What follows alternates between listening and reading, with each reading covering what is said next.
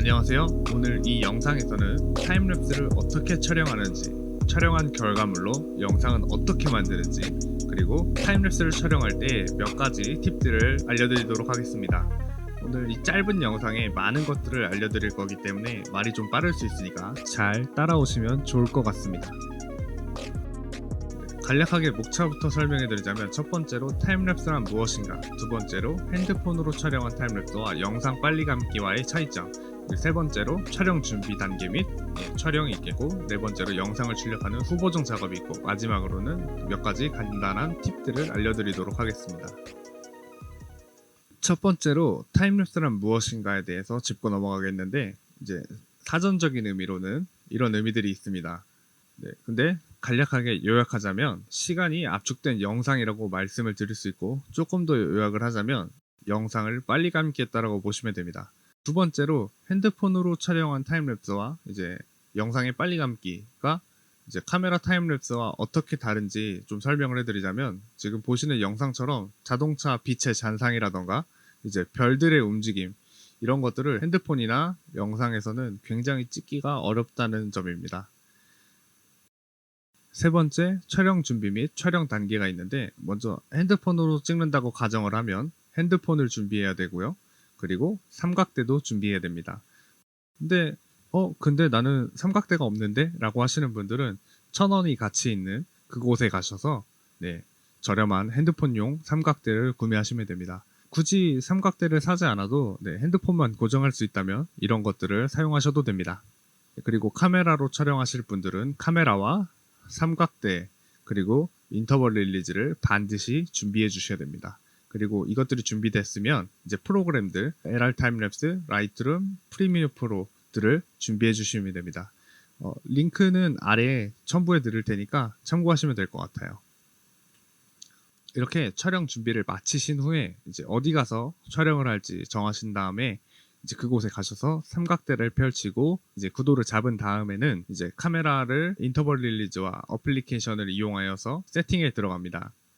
보통 촬영 모드는 이제 시간이 많이 변하지 않는 한에서는 매뉴얼 모드를 사용하시고, 그리고 이제 일출이나 일몰처럼 밝기가 변화하는 시간대에 촬영을 하신다고 하면 AV 모드, 조리개 우선이나 그리고 이제 S, 셔터 스피드 우선 모드를 사용하시면 됩니다. 가급적이면 P 모드는 사용하지 않는 것이 좋습니다. 그리고 이제 제일 중요하다고 할 수 있는 인터벌 간격, 그러니까 얼마마다 촬영을 할지 간격을 정하는 것이 중요한데, 셔터 스피드가 인터벌 타임을 넘지 않게 설정을 해주시는 것이 중요합니다. 이제 화각과 피사체, 그리고 피사체의 이동 속도와 거리에 따라서 다르지만 대략적으로 몇 가지 좀 팁을 드리자면, 사람의 움직임 같은 경우에는 1초에서 4초 정도, 그리고 자동차의 움직임은 1초에서 3초 정도, 이제 구름 및 그림자의 움직임은 4초에서 10초 정도로 설정을 하시면 좋습니다. 딱히 이게 정답은 아니니까 촬영을 여러 번 해보시면서 익히시면 좋을 것 같습니다.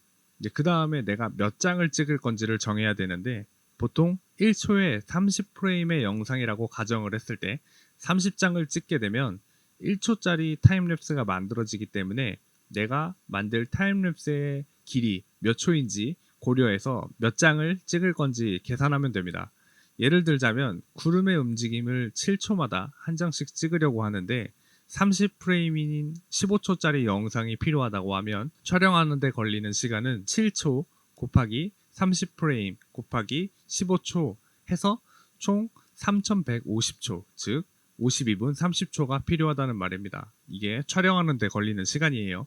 그래서 타임랩스는 보통 짧게는 5분에서 20분, 길게는 몇십 시간도 걸리기 때문에 이제 사용하려는 그 용도에 맞게 촬영을 하셔야 되고, 촬영을 하는 동안에 많이 지루할 수 있기 때문에 그것을 지루함을 달래줄 아이템과 또한 이게 삼각대가 흔들리지 않도록 주의하셔야 됩니다. 그리고 마지막으로 파일 포맷 형식을 JPG로 촬영할지 RAW 파일로 촬영할지 정해야 되는데, 이는 후반 작업 시간이 얼마나 걸릴지를 결정하는 큰 요인이기 때문에 나는 빨리 작업을 하는 게 더 중요해 라고 하시는 분들은 JPG로 촬영을 하시면 되고, 나는 작품의 퀄리티를 중요시해 라고 생각하시는 분들은 RAW 파일로 촬영을 하시면 됩니다.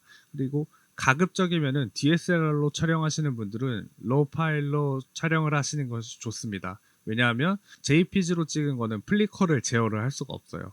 그것 때문에 로 파일로 촬영을 해야 플리커를 제어할 수 있기 때문에 DSLR로 찍으면은 웬만하면은 플리커가 생기거든요. 어쨌든 이게 시간이 오래 걸리는 작업이기 때문에 내가 재미로 취미로 하는 것도 좋지만 내 용도에 맞게 촬영 준비를 하셔서 촬영을 하시면 될 것 같습니다.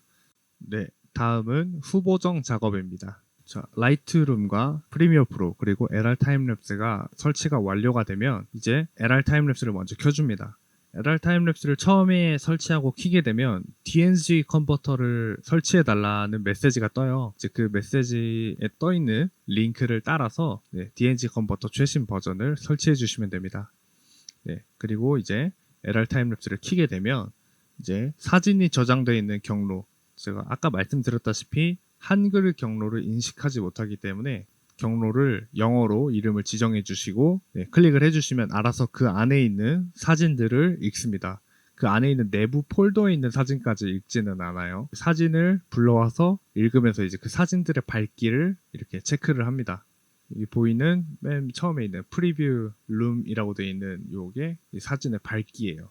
낮으면 낮을수록 어둡고 높으면 높을수록 밝습니다. 저기 왼쪽에 보면 이제 미리 보기 화면에 파란색 선이 돼 있는 걸 보이실 텐데 이게 끝까지 다 완료가 되면 이제 파일을 다 불러왔고 읽었다라는 얘기인데, 파일이 다 불러와지면 키프레임 위자드라는 버튼을 누르셔서 키프레임을 설정해 줍니다. 이렇게 지금 미리 보기를 보시면 아시겠지만 사진의 밝기 변화가 거의 없는 영상은 키프레임을 1개 내지 2개 정도만 해주시면 됩니다. 여기서 이제 키프레임이라는 거는 내가 그 사진의 밝기가 변화하는 지점을 정해서 이제 그거에 맞게 보정을 하는 건데, 사진 360장을 다 보정할 수 없기 때문에 이제 몇 장만 뽑아서 이제 그 사진들을 대표로 보정을 하고 나머지 사진들은 그 설정 값들을 따라가겠다라는 그런 의미예요. 그래서 저는 키프레임을 2개 설정해 놓고 작업을 해보겠습니다. 키프레임은 여기 위에 이렇게 숫자에서만 정할 수 있는 게 아니라, 내가 이게 보면은 목록에 왼쪽에 다이아몬드 모양을 누르시면 키프레임을 제가 지정할 수 있습니다. 그래서 원하는 사진을 키프레임으로 지정을 하셔도 되고요. 프레임을 설정을 하신 다음에 세이브를 눌러주세요. 세이브를 누르신 다음에 라이트룸을 키셔서 이제 요 LR 타임랩스에 드래그 투 라이트룸이라는 버튼을 꼭 누르셔서 드래그를 하신 다음에 라이트룸에 가셔서 드롭을 하시면 이렇게 불러오기 화면이 뜹니다. 그래서 이제 임포트 불러오기를 눌러주신 다음에 아까도 말씀드렸다시피 이 360장을 한 장씩 다 밝기를 확인해 가면서 보정할 수 없기 때문에 여기 위에 필터에 보시면 LR 타임랩스 키프레임이라고 이렇게 있습니다. 그럼 아까 키프레임으로 설정한 사진 2장이 나오게 됩니다. 이 2장을 보정해주면 나머지 사진은 LR 타임랩스에서 알아서 보정을 해주게 됩니다. 그래서 저는 조금 사진을 쨍하게 보정을 해보겠습니다. 그리고 노이즈도 조금 없애고, 네, 이 2 사진이 보정이 완료가 되면 이제 그 다음에 2 사진을 전체 선택해주고 우클릭을 하셔서 메타데이터에 이제 세이브 메타데이터 투 파일에 메타데이터를 저장해 주시면 됩니다. 이렇게 되면은 이제 다시 LR 타임랩스로 가셔서 새로 고침을 해줍니다. 새로 고침을 하면 이제 아까 내가 설정한 값을 이제 LR 타임랩스에서 읽어와서 이제 오토 트랜지션을 누르시면 이제 그거에 맞게 나머지 사진들도 설정을 변경할 준비가 된 겁니다. 이제 그 다음에 비주얼 프리뷰를 누르시면 이제 왼쪽에 미리 보기가 제가 아까 설정한 세팅 값으로 나머지 사진들이 이제 변화하는 모습을 볼 수 있습니다. 저기 슬라이드 바를 이렇게 움직여 보시면 미리 보기에서 이렇게 분홍색 선이 있는 구간은 제가 아까 설정한 대로 사진이 변한 것을 볼 수 있는데, 이제 아직 분홍색이 아닌 구간으로 넘어가면 아직 변하지 않은 것을 볼 수 있죠. 저기 목록에서도 보면 빈 칸들은 아직 보정이 안 된 사진들이고, 이제 칸이 채워진 사진들은 제가 아까 설정한 그 세팅대로 보정이 된 사진들입니다. 이 작업이 생각보다 오래 걸리기 때문에 가급적이면은 컴퓨터 스펙이 좋으면 좋겠지만 플리커가 안 생기게 촬영하는 것도 한 가지 방법이라고 생각합니다. 그래서 플리커가 안 생기게 사진을 촬영을 하려면 그래서 아까 미러리스를 더 추천드린다고 했던 거고, 이 작업이 다 끝날 때까지 기다려 주시거나 아니면은 다른 일을 하다가 오시면 좋을 것 같아요. 컴퓨터 CPU가 열심히 일하고 있기 때문에 이 컴퓨터로 다른 작업을 하면 작업이 더 늦춰지기만 할 뿐입니다. 지금 이제 자료 화면에 플리커가 생긴 그 타임랩스들을 보여드리고 있는데, 이렇게 보면은 아무리 예쁜 구도고 그리고 좋은 영상이라고 할지라도 되게 깜빡거리는 게 신경 쓰여서 그 퀄리티를 떨어뜨리게 돼요. 그래서 이제 플리커를 생기지 않게 촬영하는 것이 제일 중요하고, 플리커가 생겼다라고 하면 이렇게 LR 타임랩스를 통해서 그 플리커를 잡아주는 과정이 필요합니다. 꼭 플리커를 잡아야 되는 건 아니지만 이왕 이쁘게 영상을 만들려고 하는 거기 때문에 이런 영상의 불편한 것들을 조금 없애면 더 좋을 것 같습니다. 이렇게 비주얼 프리뷰가 작업이 완료가 되면 알람 소리가 나면서 작업을 마치게 됩니다. 이제 이 상태에서 그 비주얼 프리뷰 옆에 있는 비주얼 디플리커라는 버튼을 누르셔서 깜빡임을 없애는 작업을 할 건데요. 여기 보시면은 스무딩이라는 요 값들을 움직이시면 이제 왼쪽에 미리 보기에서 보시면 이렇게 뭔가 선이 움직이죠. 지금은 거의 깜빡이지 않는 상태이기 때문에 잘 안 보이는데, 지금 저 뒤에 녹색 선과 분홍색 선이 일치할수록 깜빡임이 덜한 거예요. 그래서 이거를 뭐 많이 높이셔도 되고 한 번씩 확인해 보시면서 녹색 선을 어느 정도로 부드럽게 할지 정하신 다음에 적용을 누르시면 되는데, 이게 한 번 한다고 끝나는 게 아니라 여러 번 하실 수 있기 때문에 일단 한번 해보도록 하겠습니다. 이제 적용을 누르시면 알아서 이제 그 저 녹색 선 밖에 나가 있는 값들을 다시 재조정해주는 과정을 거치게 됩니다. 그러면은 이제 분홍색 점들, 그러니까 아까 보정된 사진들이 다시 밝기 차이를 줄여주면서 깜빡임이 줄어들게 되는 겁니다. A few moments later. 네, 이렇게 한 번에 비주얼 디플리커가 완성이 됐습니다. 근데 이렇게 비주얼 디플리커를 한 번 했음에도 불구하고 아직도 영상이 깜빡거릴 수가 있어요. 그런 경우에는 다시 비주얼 디플리커를 눌러주시고, 이번에는 수치를 크게 움직이지 마시고 여기 어플라이 버튼 옆에 리파인이라는 버튼이 있어요. 그래서 리파인이라는 버튼을 눌러주시면 다시 작업을 하게 됩니다. 근데 다시 처음부터 하는 것이 아니라 봤을 때 조금 값들이 움직이는 것에 대해서 조금 더 부드럽게 잡아주는 작업인데, 지금 리파인을 눌렀는데도 아무 일이 안 일어나는 이유는 아까 설정한 값에서 더 이상 플리커를 할 것이 없다라고 판단을 했기 때문에 바로 완료가 된 겁니다. 여기서 값을 더 올려주신 다음에 리파인 버튼을 눌러주시면 삐져나와 있는 사진들을 다시 디플리커 하는 작업을 하는 중입니다. 비주얼 디플리커 작업을 계속 하시면 하실수록 점점 깜빡이는 플리커를 없앨 수 있습니다. 이렇게 비주얼 디플리커가 완료가 되면 다시 라이트룸으로 가셔서, 아까 이제 라이트룸에서 저희가 키프레임 필터를 씌워줬죠. 다시 LR 타임랩스 풀 시퀀스를 누르시거나 필터 오프를 누르셔서 그 사진의 전체를 불러줍니다. 전체 사진을 다시 불러온 다음에 전체 선택을 하시고, 그리고 여기 메타데이터에서 메타데이터 읽어오기를 눌러주시면 방금 전에 LR 타임랩스에서 작업한 그 사진들을 이제 데이터를 저장하고 불러온다라고 생각하시면 됩니다. 자, 이렇게 사진이 다 보정이 된 게 확인이 됐으면 전체 선택을 다시 하신 다음에 이제 출력 버튼을 눌러서, 저는 이제 바탕화면에 Untitled Export라는 폴더에 저장을 하겠습니다. 저장을 하실 때 항상 여기 밑에 파일 세팅에 확장자와 이제 퀄리티를 확인을 해주시고 출력을 눌러주시면 됩니다. 이 출력도 생각보다 작업이 오래 걸리기 때문에 아까 처음에 이제 LR 타임랩스에서 사진 불러오는 거, 그리고 그 디플리커 작업하는 거, 이렇게 시간이 오래 걸렸잖아요. 그리고 이제 이 라이트룸에서 출력하는 것까지, 이렇게 세 작업 정도가 시간이 굉장히 오래 걸리기 때문에 이 작업하는 시간을 염두하시고 작업을 하시면 될 것 같습니다. A few moments later. 네, 이렇게 출력이 마무리가 되면 바탕화면에 가셔서 출력이 되는지 확인을 해줍니다. 360장 제대로 출력이 되었고요. 자, 이렇게 되면은 이제 이 다음에는 이제 영상을 출력을 하기 위해서 프리미어 프로를 켜줍니다. 프리미어 프로에서 새 프로젝트를 만드셔서 이제 이름과 경로를 설정해 주신 다음에 OK를 눌러 주시면 이렇게 창이 뜹니다. 이렇게 뜬 창에서 이제 여기 프로젝트 탭에서 보시면은 더블 클릭을 하시면 아까 사진이 저장된 경로를 찾으셔서 이제 사진을 전체 선택이 아니라 맨 첫 번째 사진만 클릭을 해주신 다음에 여기 이미지 시퀀스라는 체크박스를 체크해 줍니다. 사진을 전체 선택을 하는 것이 아니라 첫 번째 사진만 클릭해 주시면 됩니다. 사진의 번호가 중간에 끊겨 있을 경우에는 그 끊긴 데까지밖에 인식을 하지 못하기 때문에 사진의 번호가 연속적으로 되어 있는지 확인을 해 주신 다음에 열기 버튼을 눌러 주시면 됩니다. 그러면 여기 이렇게 파일이 하나 생긴 것을 확인할 수 있죠.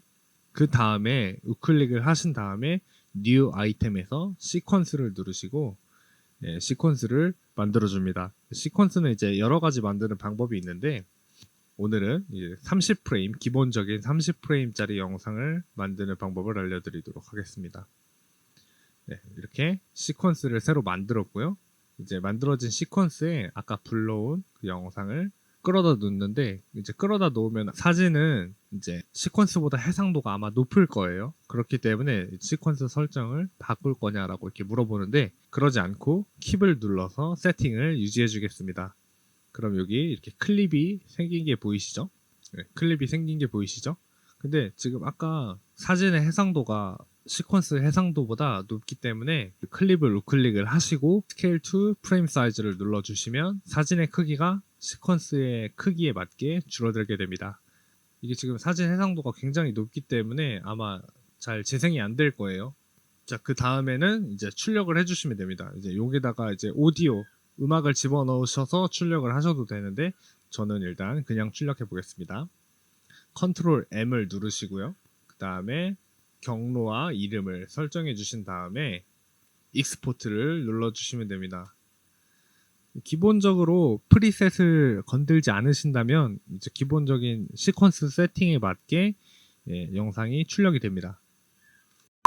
이렇게 영상 출력까지 마치셨으면 이제 바탕화면에서 다시 출력된 영상을 확인해 보도록 하겠습니다.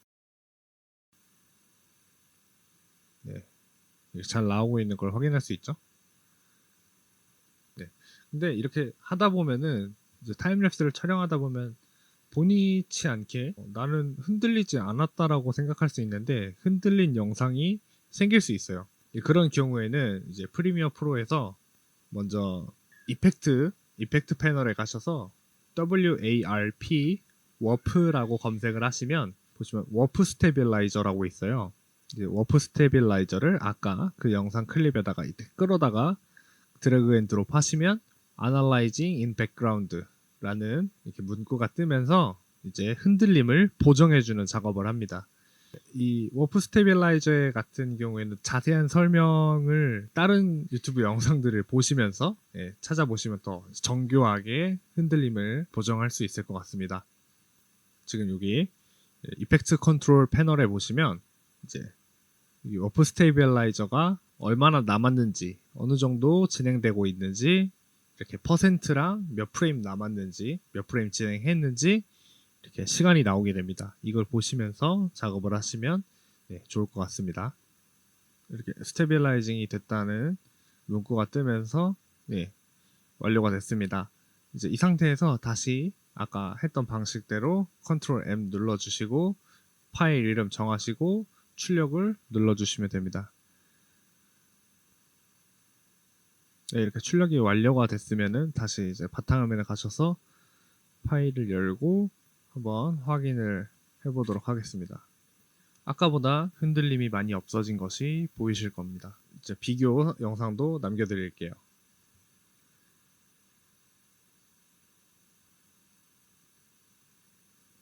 네, 이것으로 타임랩스에 대한 촬영 방법 그리고 이제 영상을 뽑는 데까지 필요한 이런 후 작업들까지 다 알려드렸는데요. 이제 마지막으로 팁을 몇 가지 알려드리자면 타임랩스를 찍을 때는 이제 화면에 보이시는 것처럼 변화하는 요소들이 몇 가지 있으면 좋습니다. 최소 1개 이상은 있어야 되고 너무 많으면 또 정신이 없기 때문에 적당한 움직이는 요소들을 구도 안에 집어넣어 주시면 되고요. 두 번째로 관광 렌즈를 사용하면 가까운 것은 또 빠르게 움직이고 멀리 있는 것은 천천히 움직이는 효과를 극대화할 수 있어요. 이제 원근감의 원리죠. 관광 렌즈를 사용했을 때 원근감이 더 도드라지기 때문에 더 다이나믹한 타임랩스를 촬영하실 수 있습니다. 그리고 아까도 말씀드렸지만 미러리스를 사용하는 것이 DSLR을 사용하는 것보다 조금 더 유리한 면이 있는데, 이거는 이제 플리커적인 문제이기 때문에 방금 해보셔서 아시겠지만 이 플리커를 보정하는 작업이 굉장히 생각보다 시간이 많이 걸려요. 그래서 가급적이면은 미러리스를 사용해서 타임랩스를 촬영하시는 것을 추천드리고, 그 외에도 이제 눈높이 말고 이제 좀 낮게 로우 앵글에서도 촬영해 보시고, 건물이나 산 위에 올라가셔서 하이 앵글로 촬영을 해 보시는 것도 좋을 것 같습니다. 그리고 이제 카메라에 보면은 전자 셔터 기능이 있는데, 이 전자 셔터 기능을 활용하면 타임랩스는 아무래도 사진을 100장, 200장, 많게는 1000장, 2000장까지도 찍기 때문에 카메라 셔터에 조금 부담이 될 수도 있기 때문에 전자 셔터를 활용해 주시면 이제 좀 내구성에도 조금 도움이 되겠죠. 그리고 이제 마지막으로 이 사진을 여러 장 찍었는데 사진 안에 먼지가 포착이 되면은 이제 먼지는 렌즈나 센서에 묻어 있는 거기 때문에 움직이지 않는단 말이에요. 그래서 많은 움직이는 것들 중에 안 움직이는 게 보이면 되게 도드라져 보이거든요. 그래서 이제 타임랩스를 찍었을 때 먼지가 껴있으면 더 잘 보이게 돼요. 그래서 항상 타임랩스를 촬영하기 전에는 렌즈랑 센서에 먼지가 묻어 있는지 확인을 해주시면 더 깔끔한 타임랩스를 촬영하실 수 있을 것 같습니다.